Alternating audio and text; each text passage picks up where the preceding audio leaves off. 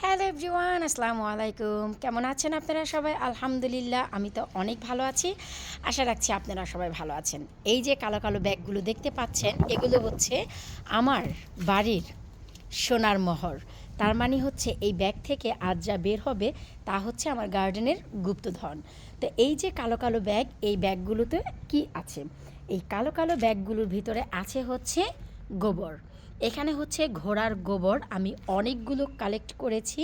তো আমি আমার গার্ডেনের মাটি প্রসেসিংয়ে পর্ব 5-এ আপনাদের সবাইকে ওয়েলকাম জানাচ্ছি।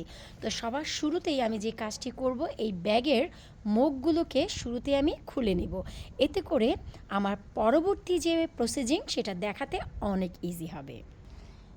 এই তো আমি প্রতিটি প্লাস্টিক থেকেই গোবরগুলো বের করে নিয়েছি। আপনারা দেখতেই পাচ্ছেন, আমি যখন গার্ডেনে রেখেছিলাম ব্যাগগুলো, আমি প্রতিটি বেতে আলাদা আলাদা করে ব্যাগ রেখেছিলাম যেন টানাটানি করতে না হয়। এগুলো এত বেশি ভার হয়ে গিয়েছিল, আমি কি বলবো আর, অনেক অনেক অনেক বেশি হেভি। তো প্রতিটি বেতে আলাদা রাখার কারণে আমার যে সুবিধা হলো, আমি ব্যাগগুলো খোলার পর সেই বেতেই কিন্তু গোবরগুলো রয়ে গেছে। তো এখন এই গোবরগুলোকে প্রত্যেকটি জায়গায় যেখানে যেখানে আপনারা গাছ লাগাবেন প্রতিটি জায়গাতেই ডিস্ট্রিবিউট করতে হবে। এই যে দেখতে পাচ্ছেন সেচি শাকের বে, এই সেচি শাকের বেতেও আমি দেব, তবে উপর দিয়ে এখন দিয়ে রাখবো যেন সেচি শাকটিকে কোপাতে না হয়। সাইড থেকে কোপাতে হবে, তবে আলটিমেটলি এগুলো এমনিতেই সুন্দর করে মিশে যাবে। তারপর যেমন এই যে আমার সেচি শাকের একটি পট আছে, এই পটেও কিছু দিয়ে রাখবো। আমি সবগুলোতে আলাদা আলাদা করে দেব।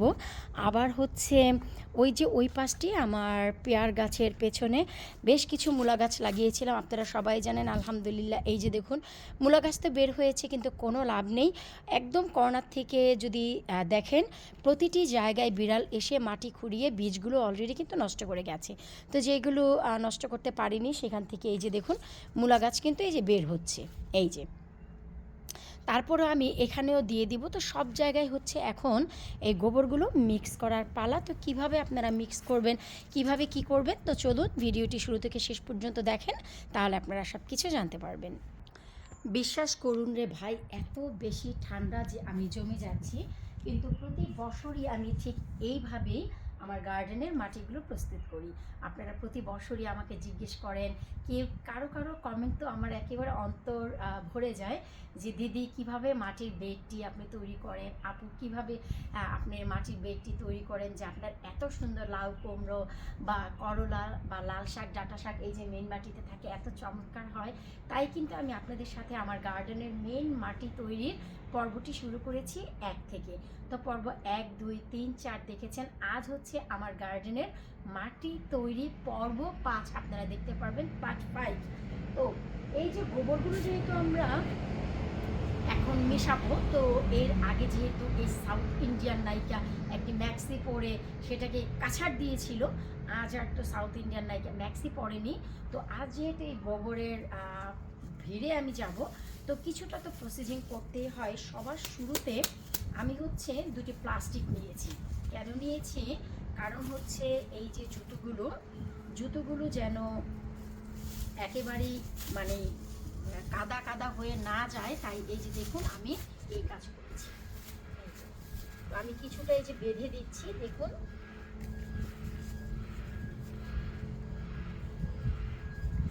তারপরেও আমি জানি যে অনেক মাটি এখানে যাবে, কিন্তু তারপরেও একেবারে অনেক যাওয়ার থেকে কিছুটা তো ভাই সেফ থাকবে। তো এই জন্যই আসলে আমি এই পদ্ধতি করেছি। প্লাস্টিক আর একটু বড় নেওয়ার কথা ছিল, তো যাই হোক বড় পাচ্ছিলাম না। এখন দেখি যে এটা দিয়ে হচ্ছে নাকি। এই তো হয়েছে, তো যতটুকু হয়েছে ততটুকু ব্যাটার আমরা চেষ্টা করব যত কম ডার্টি করতে পারি। আর এসব কাজ করতে গেলে একটু নোংরা হবেই, এই জিনিসটিও আপনাদের চিন্তা করতে হবে। তো এরপর আমাদের যা লাগবে আমি তা নিয়ে আসি। সেটা হচ্ছে ভাই আর কিছুই না, সেটা হচ্ছে আমাদের গার্ডেনের ইকুইপমেন্টগুলো, যে জিনিসগুলো ছাড়া আমরা গার্ডেনের কোনো কাজই করতে পারি না। Excuse me. তো সবার শুরুতে আমরা যে কাজ করব, এই যে এই বেটাই আগে আমরা প্রসেস করব। তো সবার শুরুতে এই যে আমি এখানে ঢুকে গেলাম, তারপর এই যে দেখুন মেইন যে মাটি, সেই মাটির সাথে কুপিয়ে কুপিয়ে আপনাকে এই গোবরটি মিক্স করতে হবে। এর আগে আপনি যে মাল্টি পারপোজ জৈব সার দিয়েছেন তার উপরে যদি এই গোবরটি দেওয়া যায়, ট্রাস্ট মি, অনেক বেশি উপকার। গার্ডেন যারা করেন তাদের জন্য চিকেন পিট এবং গরু ঘোড়ার গোবর এইগুলো হচ্ছে ভাই অমূল্য সম্পদ। আপনারা যারা রাসায়নিকভাবে ফলন করেন, রাসায়নিক সার দিয়ে, সেটা হচ্ছে অন্য ব্যাপার। আমি যেহেতু জৈব সার ব্যবহার করি, তো ফার্স্ট যে আমার গার্ডেনে আপনারা পর্ব 4 দেখেছেন, কিন্তু এই পর্ব 5 যে দেখতে যাচ্ছেন, এটাই হচ্ছে আমার গার্ডেনের মেইন খাদ্য গাছের জন্য। এই কাজটি করার পর আমি আর যা যা মেশাবো আপনাদের সাথে শেয়ার করবো। তবে এই গোবর কিন্তু একবার না, 2 ধাপে আমি মেশাবো। এখন মেশাচ্ছি, আবার মেশাবো হচ্ছে আমি যখন গাছ লাগাবো তার ঠিক 2 মাস আগে। তবে তখন আর আমি এত অ্যামাউন্ট মেশাবো না, যে কারণে শুরুতেই আমি এতটা অ্যামাউন্ট মেশাচ্ছি। এই যে দেখুন, আপনাদেরকে সবগুলো ফুটিয়ে ফুটিয়ে মিক্স করতে হবে। মিক্স করি প্রত্যেকটি দিয়ে, তারপর আপনাদের সাথে আবার শেয়ার করি আমি কিভাবে এগুলোকে মিক্স করলাম। কারণ হচ্ছে ভিডিওটি পুরো যদি আমি রেখে দেই অনেক বেশি কিন্তু বড় হয়ে যাবে। এই তো আলহামদুলিল্লাহ আমার গোবরগুলো সব মিক্স করা হয়ে গেছে। আমি একটু কাছ থেকে দেখাচ্ছি, তাহলে আপনারা বুঝতে পারবেন আমি কিভাবে মাটির সাথে কুপিয়ে মিক্স করে দিয়েছি একেবারে কর্নার থেকে নিয়ে প্রতিটি জায়গায়। কারণ হচ্ছে এবার আমার প্ল্যান আছে যে আমি লাউ, কুমড়ো এবং করলা গাছ এগুলো মেন মাটিতে লাগাবো, টবে নয়। এই যে বড়সড় একটি পট যেখানে আমার লাউ গাছ হয়েছিল, এই পটটি কিন্তু ওই যে কর্নার, ওই কর্নারে ছিল। সো আমি কিন্তু ওই কর্নার থেকে পটটি নিয়ে এসে এই যে দেখুন এই বেতেও পুরো গোবরটি মিক্স করে দিয়েছি। এই যে দেখুন, ভালো করে মাটির সাথে কুপিয়ে মিক্স করতে হবে। আর যেহেতু লাউ গাছগুলো আমি ওই কর্নারে লাগাবো, তাই ওই সাইড দিয়ে আমি বেশি গোবর দিচ্ছি আর এই সাইড দিয়ে কম গোবর দিয়েছি, আসলে তা না, ইকুয়ালভাবে আমি মিক্স করে দিয়েছি। তবে হ্যাঁ, ওই কর্নার ঘেঁষেই লাউ গাছ লাগাবো। আর সামনের দিক থেকে যত ডাঁটা শাক, লাল শাক হবে, যেমনটি কি আপনারা দেখেছেন আমার 2023-এ হয়েছে। এরপর হচ্ছে এই যে এই পাশেও আমি গোবরগুলো মিক্স করে দিয়েছি, এই পাশেও কর্নার ঘেঁষে আমি লাউ গাছই লাগাবো। তো এখন বলতে পারেন যে ওই যে ছোটো ছোটো পট ওইখানে কেন? ওইখানে হচ্ছে আমার 2টি বড় বড় কচু গাছ আছে। তো দেখা গেল লাউ গাছ লাগাতে গিয়ে তখন হয়তো এগুলি পচে যাবে। এখন যেহেতু মুখ আছে তাই বুঝতে পারছি, তখন হয়তো বা বুঝতে পারবো না, কুপিয়ে আমি এখানেই লাউ গাছ লাগিয়ে দিব। তাই হয়তো বা কচু গাছের মুখিগুলো নষ্ট হয়ে যাবে। তাই এ দুটি দিয়ে রাখলে আমার একটি চিহ্ন থাকবে যে এই দুটি জায়গায় আমি কুপিয়ে লাউ গাছ লাগাবো না। তাই আমি চিহ্ন দিয়ে রেখেছি, যেহেতু অনেক বড় বড় এখানে যেহেতু লাউ গাছ লাগাবো। তাই যদি শুধু কচুর সাইড হতো তাহলে আর আমি এই কাজ করতাম না। আর এপাশ দিয়ে একটু বেশি করে আমি গোবর রেখে দিয়েছি, কারণ এগুলো আমি বিভিন্ন পটে পটে সব লাগাবো। এই যে, তো এই যে দেখুন ওভারঅল আমি কিন্তু সব জায়গায় কিন্তু গোবর দিয়েছি। এই যে আমার যে সেচি শাকের যে বে আমি দেখাচ্ছি, এই যে দেখুন, এক্সকিউজ মি, অনেক বেশি বাতাস আর ঠান্ডা। সেচি শাকের বের আশেপাশেও কিন্তু গোবর দিয়ে আমি কুপিয়ে দিয়েছি। ওই যে ওই পাশে আমার কালো কচু গাছ ছিল, সব দিয়েছি। এবং আমি কিন্তু এই যে দেখুন আমার যে সেচি শাকের পট, এই যে এই পটও কিন্তু গোবর দিয়েছি। তবে ওই যে পট, ওই পটে ইচ্ছে আছে কিছুটা করলার গাছ দেবো, ওইখানেও আমি গোবর দেব। তবে ওই যে কর্নারে বাড়তি রেখেছি সেখান থেকে এনে আমি দেব। এই যে এখান থেকে নিয়ে দেব, পরে দেব। আর একেবারে মূল যে ইচ্ছে আছে এই যে পাশ, এই পাশটিতে কিন্তু আমার মিষ্টি কুমড়া হয়েছিল, যার বড় একটি মাচা এখানে ছিল। তো আমি সেটি তুলে ফেলেছি। এই পাশটিতে আমার ইচ্ছে আছে পুরো জায়গাটি একেবারে কর্নার ঘেঁষে আমি করলা লাগাবো।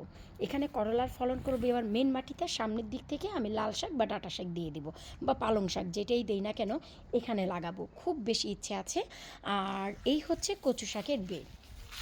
এখানে বেসিক্যালি পুকুর পাড়, এই যে পুকুরে পানি আছে, তো পুকুর পাড়ে বেসিক্যালি আমার ইচ্ছে আছে যে কচু শাক, কচু গাছই থাকবে। তাই এখানে আমার আর চিহ্ন দেওয়ার কোনো প্রয়োজন নেই যে আমি এই মুখটি বন্ধ করে রাখি, এই মুখগুলো বন্ধ করে রাখি, কোনো দরকার নেই। কারণ এখানে এটি কচু শাকের বে, এখানে আমি শুধু কচু শাকই লাগাই আর সাইড দিয়ে লাল শাক, ডাঁটা শাকের বীজ দিয়ে দিই। তো হওয়ার পর আমি এখান থেকে নিয়ে খেয়ে ফেলি। তো এই ছিল ভাই আমার পর্ব 5 মাটি তৈরির। আমি এই কাজটি করলাম। এরপর আমার আপাতত মাটি তৈরিতে আর কোনো কিছুই অ্যাড করব না। ফাইনাল একটি জিনিস আমি অ্যাড করব, তা এখন নয়, আজ থেকে 1 মাস পর। ততদিনে এই জিনিসগুলো ফার্টাইল হবে, এই জিনিসগুলো ততদিনে উর্বর হবে মেন মাটিটি। তারপর আমি মিক্স করব সেই জিনিসটি, অবশ্যই আপনাদের সাথে কিন্তু তাও শেয়ার করব। যখন মাটি তৈরি করতে এসেছি ভাই, মাথায় হ্যাটও ছিল, রোদ ছিল না। এখন একটু রোদ উঠেছে, কিছুটা ভালো লাগছে। আর এই যে মাটি কোপানোর কাজ রে ভাই, যারা বাংলাদেশে ইট ভাঙে তার থেকেও বেশি কষ্ট ভাই। তো এই মাটি কোপানের কাজ করলে এমনিতেই শরীর গরম হয়ে যায়, এমনিতেই গরম লাগে, অনেক বেশি পরিশ্রমের কাজ। তো আল্লাহ পাক যাই হোক, আমার এই কাজটা সফল হলো। অনেক কষ্ট করে যেহেতু কালেক্ট করেছি আমি ফার্ম থেকে এই ঘোড়ার গোবরগুলো, চাচ্ছিলাম না নষ্ট হয়। আশা করি আপনাদের ভালো লেগেছে। যারা আমার মাটি তৈরি পর্ব 1, 2, 3, 4 দেখেননি, প্লিজ আপনারা ইউটিউবে গিয়ে যদি সার্চ করেন মাটির তৈরি পর্ব 1 লাবণী কিচেন, এভাবে পার্ট বাই পার্ট আপনারা সেখান থেকে দেখতে পারবেন। বিদায় নিচ্ছে আজকের মতো, পরবর্তী ভিডিও দেখার আমন্ত্রণ জানিয়ে আল্লাহ হাফেজ।